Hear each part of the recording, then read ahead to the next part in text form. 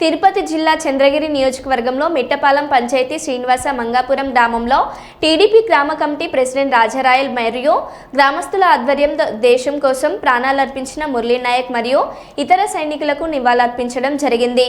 మరియు అదే గ్రామంలో పదవి విరమణ పొందిన సైనికులను ఘనంగా సన్మానించడం జరిగింది. ఈ సందర్భంగా రాజారాయల్ మాట్లాడారు.